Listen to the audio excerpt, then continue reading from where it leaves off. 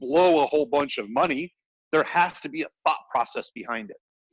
So no matter what, when you're spending money on media for either yourself or clients, you constantly, I don't want to say, well, you deserve to, you need to know, hell, make sure you know what bucket you are in when you are advertising at all times. Now, bucket number one is where everyone wants to be in. You're going to put in $1 and make $4. Now, Mike Dillard can do this on a pretty consistent basis. So again, does Mr. Ron Lynch, you'll see in the bonus training. And how do they do it?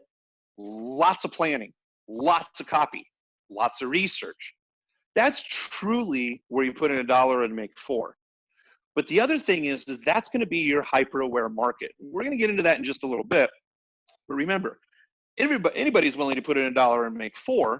But to put in $1 and make $4, especially like top of funnel, for example, number one, to put in $1 and make $4, offer has to be well-researched, good copy, or you got lucky. One of those. Number two, put in $1, make $4. You're targeting a hyper-aware market, so there's not a lot of scale. So as you attract in more traffic, you have to go to a wider market. That means your cost per acquisition, CPA, is going to get more expensive. So when we're working with a client, if a client says, Kurt, I need to put in $1 and make $4, and I say, that's great.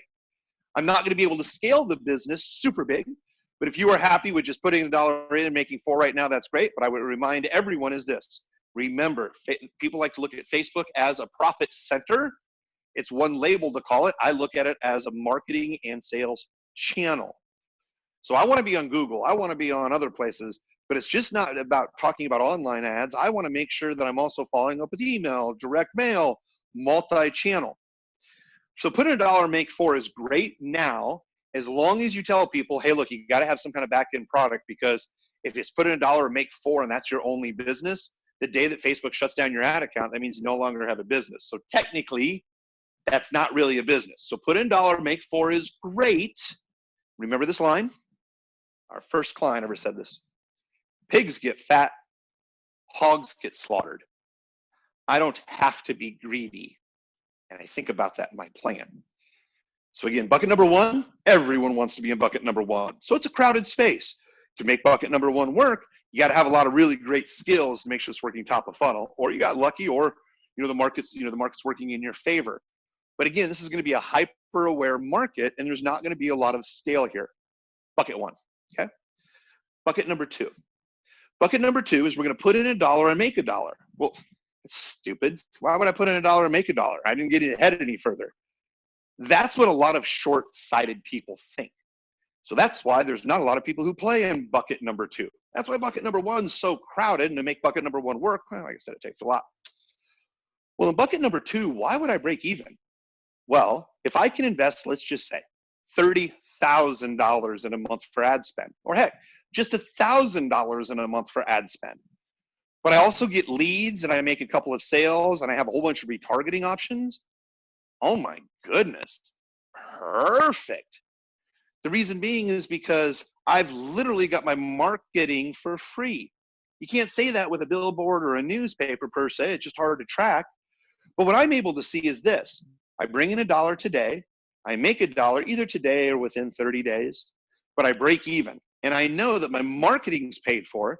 Now, as long as I have additional products and services and I do a great job with customer service, Facebook's going to bring me in sales and leads that will pay for everything. I'll break even. All my money is made on my back end offers.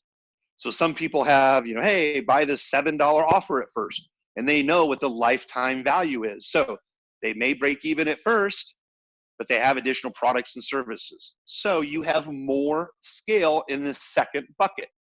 You are treating Facebook as a lead and sales acquisition channel.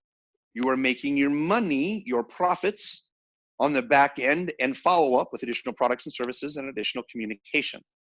Now, bucket number three. Bucket number three is you put in $1 and you might not make $1 out for 6 months. So in the over-the-shoulder videos that I'm recording right now that you can watch, Nick and I have not had an offer open to the general public since October 17th. And I take that back. We did do a Black Friday special for a small boat. Well, we did partner up, as you all know, with Mr. Mike Dillard. We opened the doors. But besides that, Nick and I have not offered or sold anything to the public since that offer that we ran with Mr. Dillard that you all took advantage of. Thank you very much. Well, essentially what ends up happening is right now, Nick and I are investing ad spend to make our money back later. Now, we're not investing to put $1 in to make $1 back out 6 months from now. Some very large companies do that very successfully. I'll talk about that in a moment. But what you're going to watch Nick and I do in the over-the-shoulder videos is you're watching us essentially, we know our numbers. We know our offer. So what we're able to do is we're able to go out, procure leads, video views, and not even make any sales, where a lot of my competitors, the only way that they can afford to stay in business is they have to make money today. Well, I'm going to buy a bigger market share. I'm going to have bigger influence. But the only way to get to bucket number 3 is once you have everything dialed in, then you're going to be able to buy more market share. And I want to dive in to show you exactly what that looks like, right? This is the whole mindset of advertising. And we'll get into the actual numbers, like what does this number mean and what does that number mean? But we have to have some really good indicators. By the way, let me step back for a minute.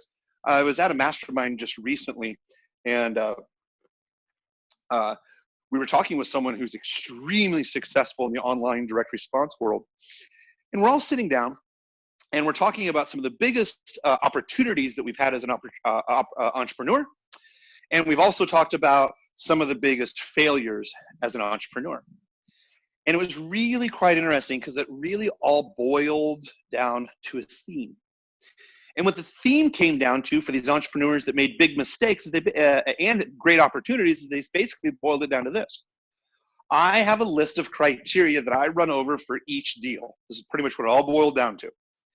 Each successful entrepreneur, whether they're in direct response, whether they're running ads, whether they're doing high-ticket coaching, whatever, they have a list of either unwritten or written rules to follow. Not click this button, click that button, but when I invest, will I learn something? When I invest, can I make money? If I invest this money and lose it within the next 6 months, will it hurt me? And they ask these very general questions, which gives them guidelines. And when they did not follow our guidelines and they trusted their gut or whatever they say, they followed outside their guidelines, that's when they made some really big mistakes. I talked to someone last night that's doubling their business because they set up a schedule of themes and topics so they know what they're going to be talking about for the next year, but they also know where to track their sales, so they'll double the size of their business because every time they run a promotion, they follow these specific guidelines. So we have to have a mental checklist. A lot of people say, hey, Kurt, do you have a checklist? When I set up ads, what are the 25 things I do? Man, I want to teach you critical thinking. Giving you a checklist doesn't serve you if you don't have the checklist. I want to teach critical thinking, so when it comes time to make those big decisions, you know what to do. You don't have to go grab Kurt's checklist, right? So let's jump in so we can figure out this bucket just a little bit more, all right? So here's the thing. By the way, I see that Nick put the solutions in here already, which is great. By the way, the E-Ties questionnaire, this really helps you if you have clients. This really helps you start to dive through, have they thought through the process enough, the product enough, the solution enough? If you have a product, solution, or service, this will help you a ton as well too. So let's dive into these buckets. Let's dive into these guidelines. Excuse me. So as I'm talking to clients, and we're on an agency call, and we're like, hey, we got baselines. Clients go, great, scale to the moon. Okay, we got to talk about the 3 buckets, and then they get the 3 bucket speech. I'm going to dive down into the 3 buckets just a little bit more. So let's take a look at this. So put in $1 and make 4. Okay, great. It's a smaller bucket. Again, this is the most aware market. The reason you can put in $1 and make 4 is because, look, someone's done all the other work for you. Again, crowded market. Now, when it comes time to scale, right here, this is where the money is, right? The most aware market there, ready to make a decision. That's where everyone wants to be at. If you want to advertise a fishing pole, you want to advertise it to people who are fishing right now, right? This is what everyone's trying to do. Not a problem. Remember, smaller bucket. So I tell people, and I say this just very directly, hey, this could be a cute business of $1 million or more. Like, it's not going to be a $50 million business, and maybe that's not your business model. Totally cool, but there's some money there. Now, the put in a dollar today, get a dollar out today, or put a dollar in, and get your money back out before you have to pay a credit card bill. Now what happens is now we can actually target this solution aware. So actually, this is the multi-channel approach where I want to interject when someone's like, I think I may have a need. Not, hey, I need to buy right now.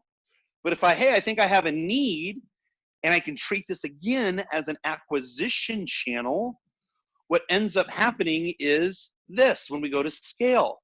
Look, the solution aware, I'm starting advertising with pennies that turn into dimes. I don't think Nick's seen this presentation yet, so you should be impressed with my animation, which turns into quarters, which turns into real dollars. So it's kind of like investing financially. That's literally what it is.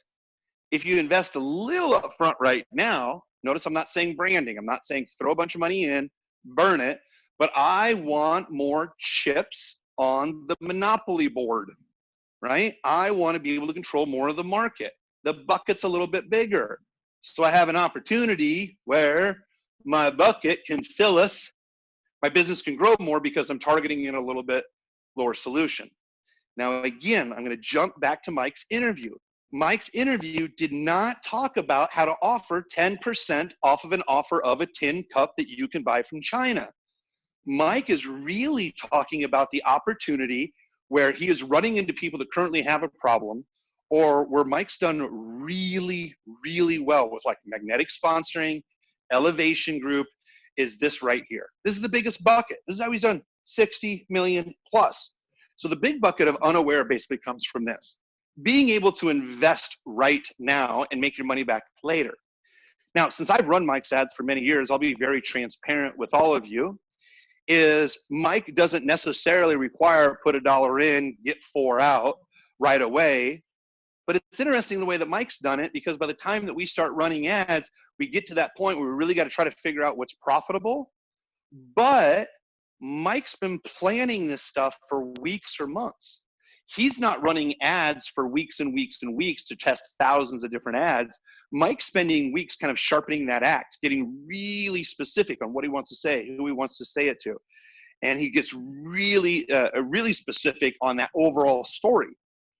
So when it comes time for scaling, Mike can influence an unaware market, align